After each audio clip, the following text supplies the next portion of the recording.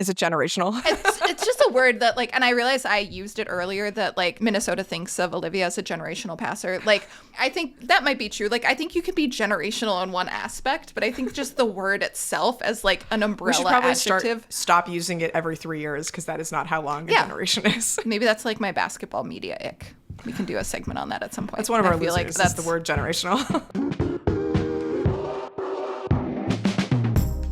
Hello, everyone, and welcome to No Offseason. I'm Sabreena Merchant. And I'm Chantel Jennings. And today on the show, the new CBA in the WNBA has ushered in a new era, and nowhere is that more clear than when it comes to money. So through that lens, we're going to talk about the winners and losers of the WNBA offseason. But first, Azzi Fudd has landed in Dallas with a fresh pair of cowboy boots. Olivia Miles has landed in Minneapolis. Chantel, you were there for Liv's intro press conference. What can you tell us about that scene in Minnesota? Yeah, it was fun to get over to their practice courts. Where I was sitting for the press conference, directly to my left was Lindsay Whalen, which was not intentional, but just like wonderful because there were multiple exchanges kind of between Lindsay and Olivia throughout the press conference. And just sort of, you know, to have Lindsay as an assistant coach on this team that has drafted someone that they believe can be a generational, you know, franchise uplifting point guard with someone who's already done that for this franchise under Cheryl Reeve was just sort of this like nice mirroring happening. And also like Lindsay is a very funny person. I think Olivia and Lindsay are going to like play off each other very, very well. Oh, totally. And Olivia specifically was like, you're going to get sick of me. We're going to be in the gym so much. We're going to be in the film room so much. And I was like, I want to be a fly on the wall for these instances because just listening to these two minds talk about basketball and what they're seeing. And she had specifically said that she's gone back and watched some Lindsay Whalen highlights, but also just the bants. I think it's going to be phenomenal bants like throughout the whole year. And so, it was, it's Minnesota was in the lottery and had the number 2 pick, but they're a, franchise that no matter what's going on sort of in free agency, and we'll get into that, I think a lot of people feel comfortable coming into it because it's a franchise that tends to maximize the talent on the roster and really get people to play above themselves. And so I think there's, for her to be the number 2 pick and to end up somewhere like Minnesota, she feels really confident in, what's going to happen over the next few years. Did they have any balloons for Olivia? There were no balloons. I think balloons okay. are no longer allowed anywhere near the Minnesota Lynx. Shout out to man.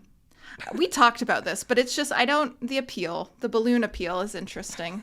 No, there weren't any balloons. I didn't see any, I should say. Perhaps there were, and I just didn't see them. And I also, didn't ask Olivia about the balloons. So I had specifically asked her. I was very curious about, because we've seen so many transfers over the last few years in college basketball and now multi-time transfers. Olivia only transferred once, but like how that had maybe benefited her in her ability to come into the WNBA, having played in different systems, different conferences under different coaches, if that aids her and the 6 other first-round draft picks that also transferred during their college careers.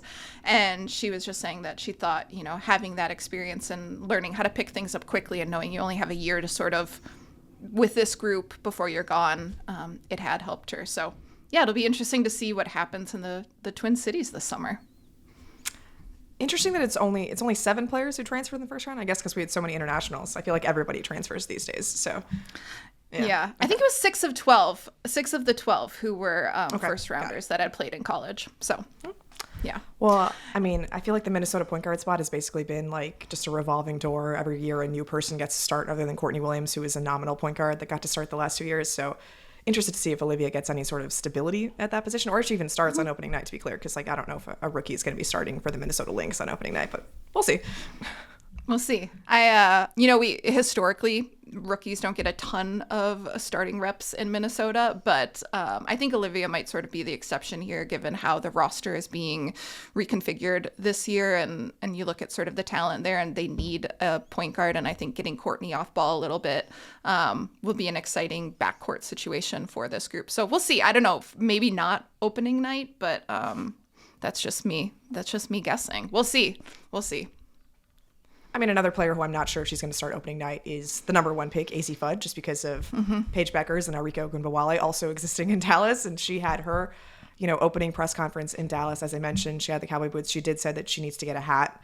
Also very excited to try Tex-Mex. She did have balloons. She did have balloons, we should say. At least according to stigma CNN, with she had balloons in the Dallas Wings. Yeah. Yeah. Apparently also that may have been AI. Who knows? Yeah.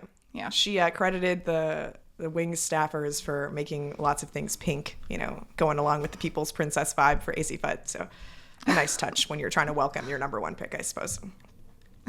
One thing we should mention about Azzi Fudd's press conference is that she was asked if she and Paige are still a couple, and Wings PR declined to address that question, while acknowledging that they understand why someone was asking about this. I think she had to expect that the question was going to come. Azzi is someone, most of these players are people who are very online. And so I'm sure she has seen the discourse of, not just the last few days, but also she was someone who wore a shirt to Wings games last year that said I heart PB. And so I think she knew the question was going to come, and she showed zero, if you go back and watch the video, as the question starts, if you don't have the audio on, she could have been asked about CBA stuff, roster stuff, how she feels about the city of Dallas, anything. Probably, how she feels about cottage cheese, which is apparently something she really, really likes. But you couldn't tell at all in terms of the reaction. So I think we're all we don't know the status of their relationship right now, and it's clearly something she doesn't want to talk about at this current moment, and that's kind of where we're at. Yeah, well, there'll be lots to talk about with regards to Azzi's play on the Dallas Wings going forward. They're one of the teams that made a lot of moves during this offseason and free agency period. It's been just a whirlwind of things happening, both in free agency, expansion draft, with the draft, all of these. Training camp contracts coming through. And as all this is happening, we're also having NCAA free agency, right? The transfer portal. Yeah. So just a quick check in there on college basketball before we forget. Any big things we should have our eye on, Chantel, in the world of college basketball? Well, in terms of the transfer portal, and all of this is said where we're recording this Thursday afternoon. This is a world where everything changes very quickly, so this could be outdated by Friday morning when you're listening to this. Audie Crooks still has not landed anywhere. I think she has, from the get-go, been the person that you and I are both most intrigued to see where she goes, where she fits. Kimora Johnson, another player that I'm really intrigued to see where she might end up after opting to leave Virginia. I think those are the two players that I really have my eye on, and it does feel like they are players that I could also see other players wanting to play with as we're seeing players opt or players who are in the portal make decisions. Justice Carlton is another player that we don't have an answer for yet. Curious to see where she lands. I think though, looking at sort of the early winners of the transfer portal, I really like what Iowa's done. I thought Iowa getting Danny Carnegie, the 24-25 backcourt reunion of Carnegie and Chit Chat Wright from Georgia Tech, bringing those two back together after they've now had 2 years in college basketball. And Iowa lost some players, but I think overall sort of come out ahead. They also added Amari Whiting, who played at both BYU and Oklahoma State, but they're bringing in 2 players who started full seasons for their power conference teams last year. So I think they end up ahead. I also really like what Jeff Walz and Louisville have done. They added Zam Jones from NC State. So that currently sophomore core, rising junior core of Taj Roberts, Amari Berry, McKinley Randolph just gets that much stronger. They also got Karis Baker from Virginia Tech and Denia Prawl from Tennessee. So I think that adds some nice depth for them. Louisville is a team that, again, sort of maximizes its talent, and I think you can kind of pencil them in to every Sweet 16 Elite 8, but this is, looking or shaping up to be one of the most talented rosters he's had in a while, and I'm really liking this backcourt even more with the addition of Zam Jones, and so, yeah. And then I think on the other side of that, we're still waiting to see who Iowa State and Texas end up with. Tennessee as well. You're getting a few more commitments for Tennessee. We're seeing less for Iowa State and Texas, but Yeah, the portal closes on Monday, and so we've got a few more days. Like, there could still be some players that jump in. They don't have to be committed by the time the portal closes, but they have to be in there if they want to transfer.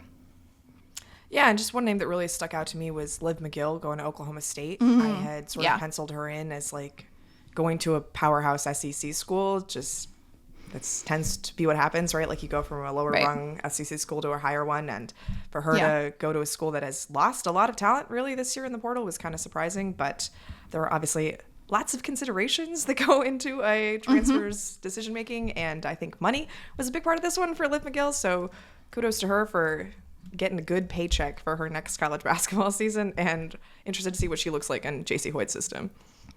Yeah, I believe her Instagram caption was "I got us, Ma," after she committed to Oklahoma State. So that says a lot. And yeah, I also think the other consideration there, like you said, there was a big exodus from Oklahoma State, but that also, depending on how you look at it, like that means someone who is a high volume shooter and a high scoring shooter like Liv McGill, like there's a lot of opportunities to have the ball in your hands and get shots up. Yeah. Like, here you go. You're not going to have to sort of share the ball with 4 other players here. Just like do your thing. And I think JC Hoyt will obviously surround her with players, but she's going to be the number 1 option there. And Big 12, here you go.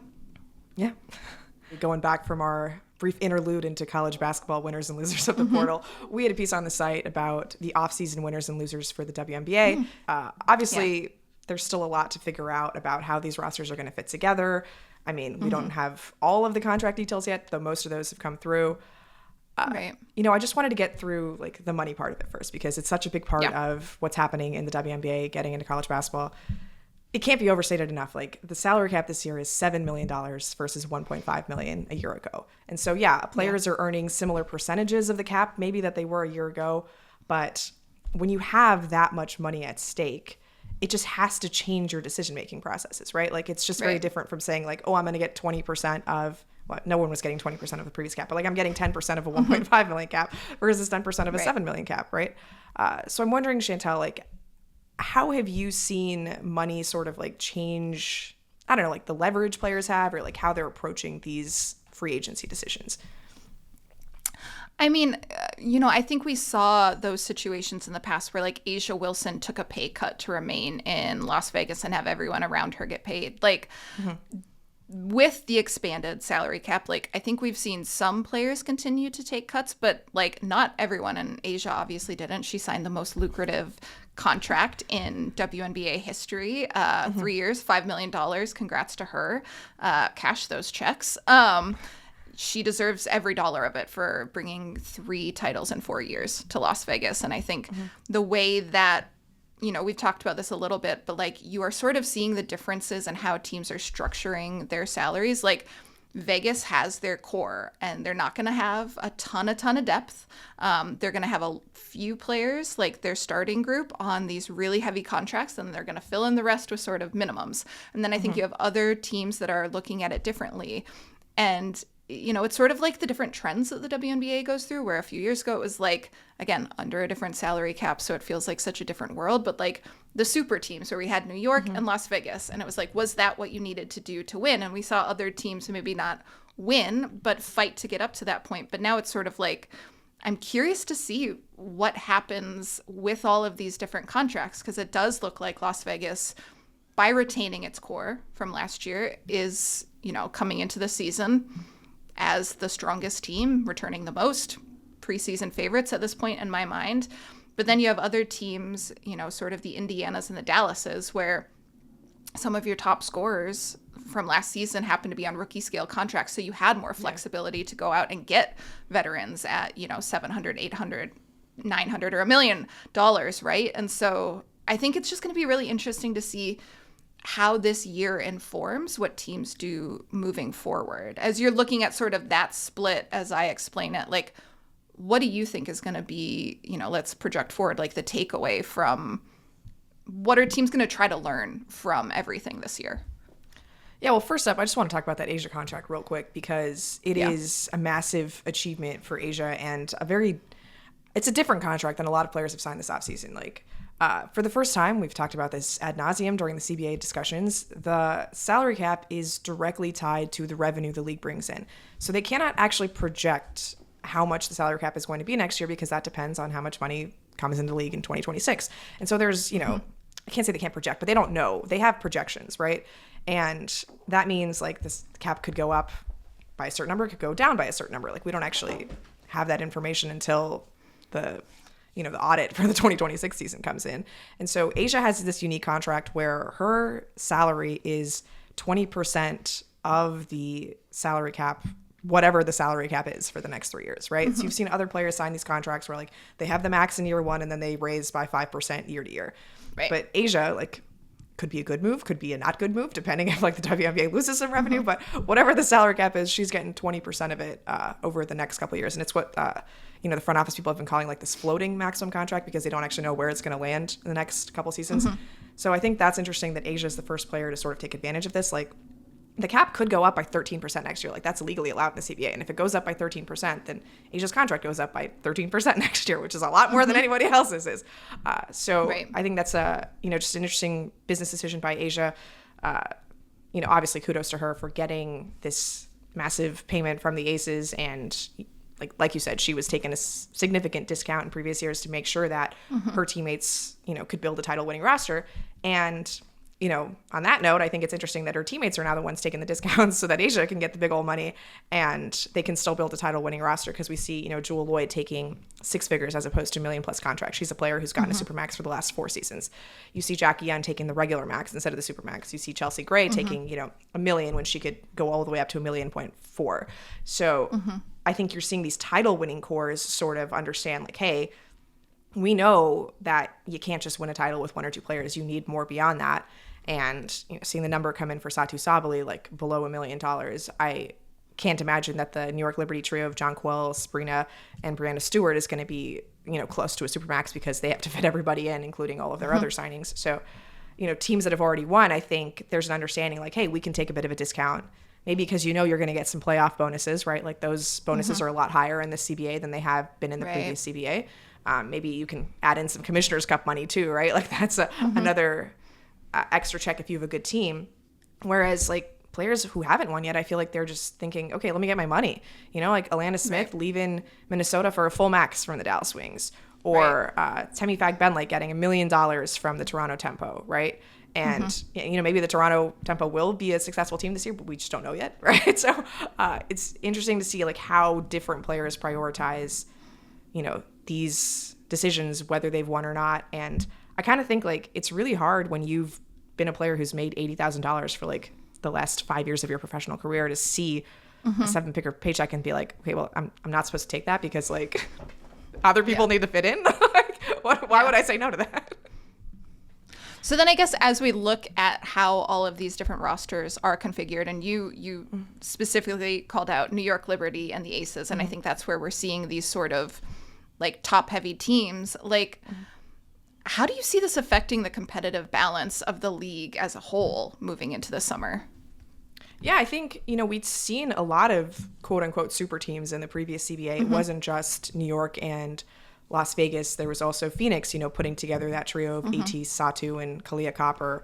Even Minnesota, like I don't think they necessarily call themselves a super team, but like Visa Collier, MVP candidate, Kayla McBride, an all-star, right? Like Courtney Williams, an all-star.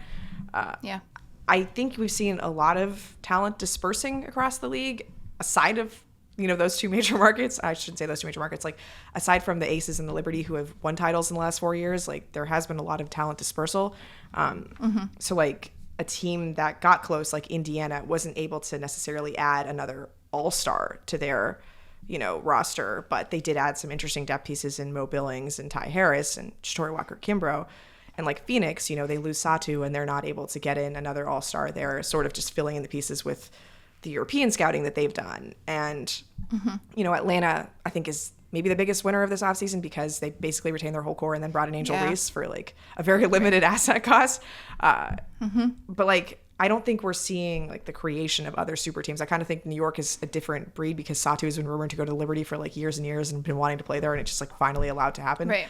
But yeah, we didn't see like the same consolidation of talent in places where it didn't already exist, you know? Like there wasn't 3 people deciding to come together who played for USC basketball and like, let's be teammates. Like I think Dallas made a lot of interesting signings. I think I like what Indiana did too, but you know, we're not seeing like the New York 2023 offseason, right? Where like multiple All-Stars decide to come together. And I don't know if that's because of the money or just because of where people happen to be in their contract life cycles, you know? But yeah, I think the race for the playoffs is going to be very interesting, but I don't think like any team is that much closer to the Aces than they were last year, if that makes sense. Well, and I think the point you bring up about the life cycle of contracts is so important here because while, you know, we've spent a lot of time over the last week with this draft class talking about how they're now the richest draft class in WNBA history, they're also like having these players that are on rookie scale contracts is like sort of a budget option. And when you have players like Caitlin Clark is worth far more, Aaliyah Boston worth far more, Paige Bueckers worth far more than what they're getting paid underneath the salary cap. And so like, I think that's really important when we look at teams like Indiana, like Dallas, where it's like when 2 of your 3 best players are still on these rookie scale contracts, what kind of financial freedom that allows you as you sort of fill in the rest. And I think specifically when it comes to depth, where I think we'll be able to say that maybe Dallas or, you know, if we say like the 8th best player on Dallas or the 8th best player on Indiana might be better than the 8th best player on the Aces, but we don't think the Aces, you know, we don't think those teams are better than the Aces, right? Like, because of how the minutes are going to be dispersed and what depth means. And obviously that's all assuming that people can stay healthy on these teams that are a lot more top heavy in terms of their talent. But yeah, I think it's just like, we've been talking about how the money is going to change this league for such a long time, and to sort of see it this summer in front of us. And like, especially as free agency, it feels like it happened so quickly because it did happen so quickly. Like the lessons that we're learning, it's like, okay. It's like we have an exam and we don't know what's on the exam and we're just like cramming and nobody actually knows like what we're cramming for. We're just like getting all of this information at us all at once. And we're like, okay, like the test will be the season and we'll see how everything plays out. But it'll be really interesting to see that. Yeah, totally. And I think, you know, because of everyone signing short-term contracts to align with the new CBA, we didn't really have any so-called bad contracts like the last couple of years because they were all so short. I think we might get some of those now. Like, I don't want to, you know, diminish what anyone has accomplished and like the contracts that they were able to sign, but like teams made very big financial commitments this offseason and they're for multiple years. And I wouldn't be surprised if like by the start of next season, you know, teams are trying to offload some of that money because they handed out 3 years of guaranteed contracts and now like need to make a pivot. Like I think the way Dallas and Indiana approach this offseason is very interesting because like you said, they were in similar situations of, hey, we have Caitlin and Aaliyah under rookie contracts. We have Azzi and Paige under rookie contracts. Dallas went big, right? They gave maxes to Arike and Alana Smith and a big 2-year deal to Jess Shepard. Indiana did not go so big, right? They're much smaller deals. Obviously didn't get the caliber of player of Alana Smith, you know, who's the co-defensive player of the year in 2025. But I do wonder like how that, you know, affects them going forward because you're not just building a team for 2026, right? You're building a team for further and further. And it isn't just all of the money that has changed this current cap environment. It's like, hey, we actually have to build a team for like multiple years now because not everybody's just signing 1-year deals. Yeah, and I think that's interesting when you look at a team like Dallas, for instance. You bring up Alana Smith, co-defensive player of the year in the WNBA. Like, yeah, she did sign a 3-year contract at that max, at the regular max, so like 1.2 this year. Her contract will go until 2028. Paige Bueckers is out of her rookie scale contract. 2028 would be her last year. It's the team option year. And so she'd be a restricted free agent that next year. So theoretically, there is going to be money that opens up in that year. And then I think if you look at Indiana, I'm like pulling up all of these different charts and stuff right now. They don't have anyone signed beyond 2027 because that's when Caitlin Clark is going to be a restricted free agent. And so I think it's like that to me is really interesting.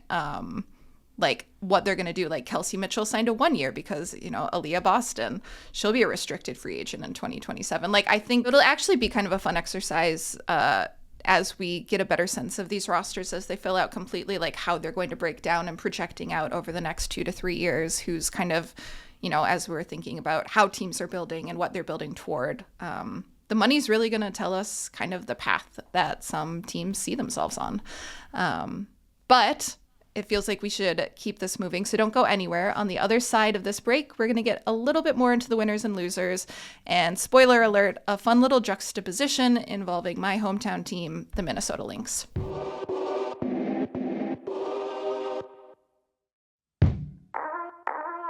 All right, so let's keep it moving with these winners and losers. As promised, we're going to start with the Minnesota Lynx. And you may have noticed on our winners and losers piece on the site, they show up twice. Once as a winner, once as a loser. Chantel, how is that possible?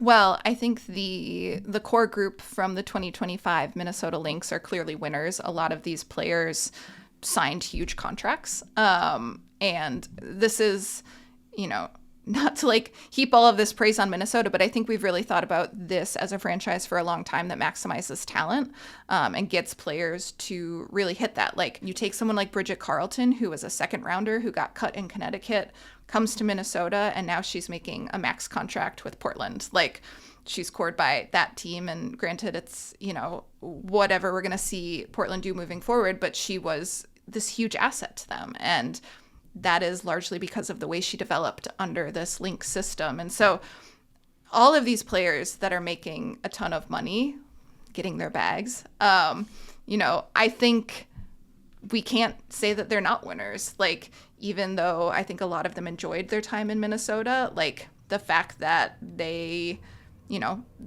whether or not a player wanted to take a pay cut is a personal decision. And like, if you're going to get the max and head elsewhere and make $1 million, like, more power to you. Like, yeah, I don't see how we can't look at that 2025 Minnesota Lynx group as anything other than winners sort of under this free agency umbrella. Totally, but it does make the 2026 Minnesota Lynx, who now don't have Natisha Heidemann or Bridget Carleton or Alana Smith or Jess Shepard, kind of losers because Minnesota will have to do its thing, right, where they find undervalued players in free agency and build them back up and either rehab their value or prove something about them that other teams were unable to see. I think it's interesting based on the conversation we had about New York and Vegas, how so many of those players were able to stay for discounts and Minnesota wasn't able to have that same contract situation. Kayla McBride staying in Minnesota, but like for a max. Courtney Williams staying in Minnesota, but for a max. And, Alana Smith leaving for that big number, Jess Shepard leaving for that big number. So, like I said, teams that have already won seem to have a little bit more negotiating power when it comes to retaining their players. And Minnesota, which very successful historical franchise, hasn't won a title since 2017. And maybe that factored into like these current crop of players who haven't yet won a title wanting to at least cash in if they don't have a ring yet to show for it. Yeah, and I think, like you said, like, I do think there's a belief that, like, as they put players together, and I think the Natasha Howard pickup was a good one to sort of bolster the interior for Minnesota. But, like, when you think about Natasha Howard, that's the only player in their top 7 rotation from last year that Indiana lost.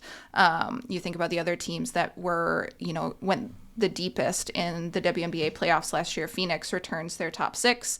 They lose Satu, who is their leading scorer. So it's not as though they, got through free agency completely unblemished. But, to have Ka, AT, DB, Sammy Wick come all back, that's huge. And then I think, again, Las Vegas is sort of the group here where you're like, well, everyone's chasing Vegas because they return their top 6 entirely. And, past that, they're going to have a lot of people on minimums. But, like, pretty damn good top 6, like, pretty damn good. And so, I think everyone is sort of chasing Las Vegas here on this one. Yeah. I guess we should get into some of these other winners and losers. One of the items that we had identified is just the international flavor of the WNBA, right? Like, this has been a trend. Over the last few seasons, you had Dominic Malonga as a number 2 pick, just a very internationally heavy rookie class, a couple of years ago with Leo Fibich making a rookie team, Janelle Salon, Ileana Repair. She's not a rookie, but like all of the international players on Golden State. Seeing more and more of that in this year's free agency signings. I think there's a lot of reasons for it. There are more spots in the WNBA, which obviously allows for more international players to join. It is a more financially advantageous thing to do, right? Like, instead of taking your summer off, you can make $300,000, which is a much better reward than making $60,000 for taking your summer off, right? I'm wondering, like, do you think, the question that I had is, yeah, all of these international players are coming in, and it's great that, like, rotations are being filled out by these players, because I think it evolves a style of play. Golden State played differently than a lot of other teams did. I think that was because of their international character. We just get to be exposed to more players who we didn't necessarily get to watch because they weren't in the NCAA system. But do you think, like, we're going to get an MVP out of this international group of players anytime soon? Because, like, other than Jonquil Jones, it's been a very long time since a foreign-born player won an MVP in the WNBA. I mean, I think as long as Asia is playing in the league, it's hard to, like, think of, as long as Asia and Fee and Stewie are playing in this league, it's really hard to imagine someone else breaking into that top group. But I think if we are thinking down the road, and you hit on a lot of good points of why I think we've seen more international players opt to come over here. And I think another piece that we probably don't talk about as much is that with this new CBA, the requirements for standards for the practice facilities and the arenas and all of that, I think that changes things too. Like, I feel like there were probably some international players that were like, why would I get paid $60,000 and go practice in a gym where there's going to be, like, birthday parties? Like, that does not sound like a professional experience that I want to have. Totally. And so now I think with those requirements and standards being upgraded across the league, I think that's also a selling point for a lot of these players. But, like, if I had to pick out a player in this group, I would say Awa Pham is someone that really, to me, is someone, maybe not on her rookie scale deal, especially as, Seattle is going to be shifting over these next few years and building young. But I think you could put her in that group of future MVPs, certainly. And I think there's a good note here. I had reached out to her representation specifically because I think we had seen both Awa Pham, TM, and Awa Pham, and they said that she used the TM. It's from her mother's side, and her mother wasn't able to be in New York for the draft, so she wanted to use that as a way to honor her mom. But in terms of, like, this season moving forward, her jersey, it's just going to be Pham. So if people are wondering why we've changed how we're referring to her even on the pod, that is the background why. But I just think she is that player, like, that rangy big that can kind of do it all, and I feel like is only going to blossom even more, has only scratched the surface of what she can do, and in a WNBA system and playing against this top talent night in and night out. Like, again, maybe not in the next 4 years, but down the road, I don't see why not. Like, she does feel, I think the word generational is thrown around way too much. But she feels really, really special in that way. And I think there will be a lot of competition for her in terms of, the Paige Bueckers and the Caitlin Clarks of the world, for sure. But I think she's in the conversation. What about you? Who am I missing? Yeah, I mean, I think her Seattle teammate Malanga is probably top of my list, and interesting to mention two Seattle Storm players, because one of the two international-born MVPs in WNBA history is Lauren Jackson, who played her career with the Seattle Storm. So Correct. They have a good eye for this sort of thing. But yeah, I think it's nice to have, like, this global influence, and I hate to make, like, every comparison to the NBA, but we've seen on the NBA side, like, there are just no American-born MVPs anymore, right? Like, it's all foreigners. They haven't had an American-born MVP since 2019 or something. So I don't think we're getting to that point on the W side. Like, as you mentioned, Asia exists, and that clears out the board for a lot of other MVP races. But I am, excited to see, like, the very best European players come over, because for so long it's just been role players because the stars didn't really see the value in playing in this league. And now I think there is real value in playing in the WNBA, just for how you're treated, how you're compensated, and then the competition that you get to play against, because these players are not going over to Europe anymore.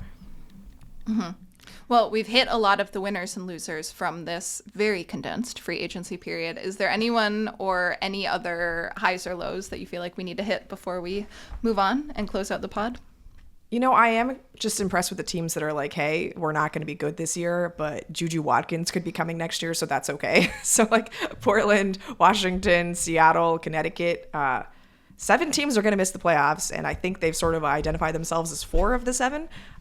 And there is a very nice, pot of gold at the end of this rainbow if you choose to just suck for the 2026 season. So I know it's hard to, like, get organizational buy-in for this sort of thing, and, like, Toronto clearly is going a different direction in their expansion franchise, as Golden State did last year. But I am just, like, could not be more excited about the 27 and 28 drafts, and if it means you just gotta suffer through a little bit, I don't think it's such a bad idea. Yeah, and even beyond Juju. Yeah. Well, no, I was just going to say beyond Juju, you have players like Madison Booker, Hannah Hidalgo, Michaela Williams. Like, I think the lottery in that 2027 draft class is, it's going to be really, really good. And I think this is one where it's not generational. It's just a word that, like, and I realized I used it earlier that, like, Minnesota thinks of Olivia as a generational passer. Like, I think that might be true. Like, I think you can be generational in one aspect, but I think just the word itself as, like, an umbrella we should probably adjective. Stop using it every 3 years, because that is not how long a generation is. I mean, sometimes for, like, the lifespan of, the lifespan of a WNBA career, I mean, I guess that's sort of, like, the average lifespan of the average WNBA career, sure. But, yeah, like, I think I think it's just used way too often. Maybe that's, like, my basketball media ick. We can do a segment on that at some point. That's one of our losers. Like that's the word generational. Yeah, exactly. Ugh, please stop using it so much. I will say one of the winners, and we didn't actually write about this one, I think it's Toronto, just because of how much of a draw they were able to be in free agency, like to get an all-star in Brittany Sykes. They ended up signing Shakira Austin. She doesn't end up staying with the team, but, like, they have added a lot of talent to this roster when historically, like, free agents haven't always wanted to play in the Toronto market. And maybe that's a problem when you have a winter sport versus summer sport, because Toronto in the summer is lovely. So I think they appear to be a winner so far, just with their rollout and how they've been able to bring in, some impressive veterans. I don't know if it's, like, going to lead them to competing with the Aces by any means, but if they want to make the playoffs, I think they're off to a very solid start. Well, and I think, like, the other winner wrapped into that one is, like, seeing Kia Nurse sign with the Toronto team, like, to bring, like, the beloved Canadian home at this point in her career. Like, the thought of, like, getting Bridget Carleton potentially in the expansion draft, that didn't happen for them because Toronto opted to draft number 6 in the college draft instead of 7, which gave Portland the first pick in the expansion draft. But yeah, I think just, like, we've talked about it through the NCAA tournament. Like, there's a really long line of Canadian talent in the WNBA right now currently, but also coming down the pike that, like, I'm excited to see how many of those players can sort of, like, if they want to, throughout their careers, end up back in Toronto, whether that's Agat McKeer at South Carolina, Silas Swords at Michigan. Like, you've got a lot of really talented Canadian players, and, I'm sure we'll be talking about them when we get to different world competitions with Team USA, because there's going to be a lot of familiarity but there not as this well. one. But in terms of just the Canadian talent that's coming up through the pipeline of college basketball, I'm excited to see how many of them can play for this Canadian expansion team. Yeah. Once again, just a terrible bummer that Canada did not qualify for the World Cup this year, because I love so many of those players, and it's about time that they get some international reps, but a conversation for another day. Another day. I think we can put a bow on winners and losers here. Stick around. We've got one more little item for you before we close out the show.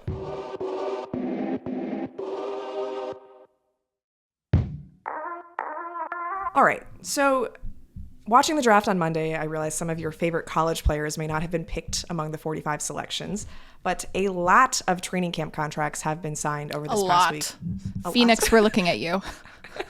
Including some of the names that we've become very familiar with over the last 4 years. And I just want to briefly clarify, a training camp contract does not necessarily mean that a player is going to make the final roster. They're merely competing for a spot on the final roster. None of this money is guaranteed yet, but they are in camp. They are playing against WNBA players and getting an opportunity to showcase themselves to win a WNBA contract. And as you mentioned, Chantel, a ton of these have come across our teams can only have 18 players in camp at once. And there are some teams that are, like, sticking to that with, like, how many they're signing. And there are some teams that are like, you get a contract. We can have a different contract. 18 every day. Yeah. A lot of teams are Oprahing out here, and I'm here for it because it's a lot of opportunity for people, but it's just a little surprising when you look at, like, certain team rosters heading into camp and other team rosters, and you're like, oh, got it. Phoenix and the Aces, slightly different heading into camp. Chantel, is there a training camp roster that just made you happy when you saw it, come across your radar? I mean, I love a good hometown story. So obviously here, I'm going to go with Amaya Battle, getting a Minnesota Lynx call-up. In MLS, you see like the homegrown contracts where teams can sign academy players, and we obviously don't in women's basketball have that similar system, but like same idea, like El Ladine out of Washington getting a training camp invite with the Storm, like the players who have literally played like in the shadow of the professional arenas over the last 4 years of their career, being able to at least like get on the floor in that training camp is really cool. For Amaya Battle, she'll literally be competing in front of Lindsay Whalen, who recruited her to Minnesota as a player. So kind of a full circle moment for her there. Yeah, I think I'm excited. You know, I don't know if either of those two players will make rosters necessarily, but excited for them for the opportunity they'll have. What about you? I really like that Seattle signed 2 players named Jaylen Brown. The Jaylen explosion is just out of control. I always wonder, like, what you do when 2 players on your team have the same name. How do you work that out? I don't know what the default's nickname is. I think you can email someone at Seattle. You can email someone at Seattle and find out what they're going to do. We're going to find out what that is. There's a situation on the Oklahoma City Thunder where they have 2 players named Jalen Williams, and so one of them is J Dub and one of them is J Will. I don't know how Brown works into all this, but I am just delighted by the fact that there are 2 players with the same name on the Seattle Storm, different spelling, but same name.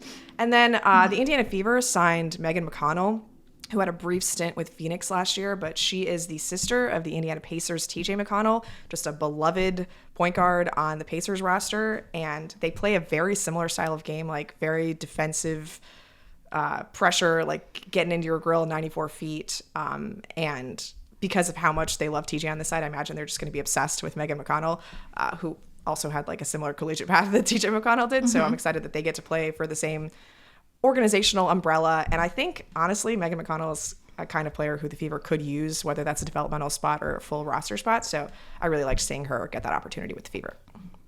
You also just, when we were having a conversation the other day, brought up the flyover state representation on Nate Tibbetts, South Dakota native, his Phoenix roster. And again, I've brought this up because there are 1,000 people on the Phoenix roster. Like they're going to have a lot of representation. Million.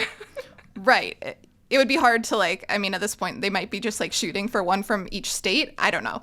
But Lauren Jensen and Morgan Maley, who are a part of that Creighton group for many, many years, that veteran Creighton group, they both signed training camp contracts in Phoenix, as well as Maggie Dugan, someone that we were surprised not to see get drafted. Someone who had a great mid-major career. There was only one mid-major player drafted through all 45 picks. So good to see the Richmond player find at least a training camp contract. Yeah, and then just real quick, one other player who I thought would get drafted and didn't, Reagan Beers, ended up signing a training camp contract with Connecticut. So everybody's finding their way onto some sort of WNBA roster. We'll see who ends up sticking. Again, only 12 roster spots, but those 2 developmental spots should allow for a lot more college players, I think, to have some sort of WNBA home, even if you don't see them on the court all that often. All right, well, I think we can close it out here, unless there are more training camp minutiae you want to get into, Chantel, but maybe I should call it. We've talked about the Creighton girls. I think this is a sign that we have gone too deep, but thank you all for tuning in. We will be back on Tuesday, most likely taking a look at that big board Chantel was talking about of the 2027 draft prospects, because it is always draft season here at No Offseason. And in case you missed it, The Athletic is launching a No Offseason newsletter. It will hit your inboxes every Tuesday starting very soon, so check out the show notes for the link to sign up. If you're watching us on YouTube, please subscribe. And if you're listening anywhere, please follow us. Tell your friends to check us out. And while you're at it, give us a rating, drop us a comment. We really do love hearing from all of you. On behalf of The Athletic and Chantel Jennings, I am Sabreena Merchant. Thank you for listening, and we will see you next time. No Offseason is hosted by me, Zena Keita, with Chantel Jennings, Sabreena Merchant, and Leisha Clarendon. It's produced by Tanika Burrell. Our executive producer is Andrea B. Scott. Monica Compton is our video editor. And Shannon Ryan is managing editor of women's basketball at The Athletic. Thanks for tuning in to No Offseason. To hear more, be sure to like and subscribe. We drop new episodes every Tuesday, Thursday, and Friday.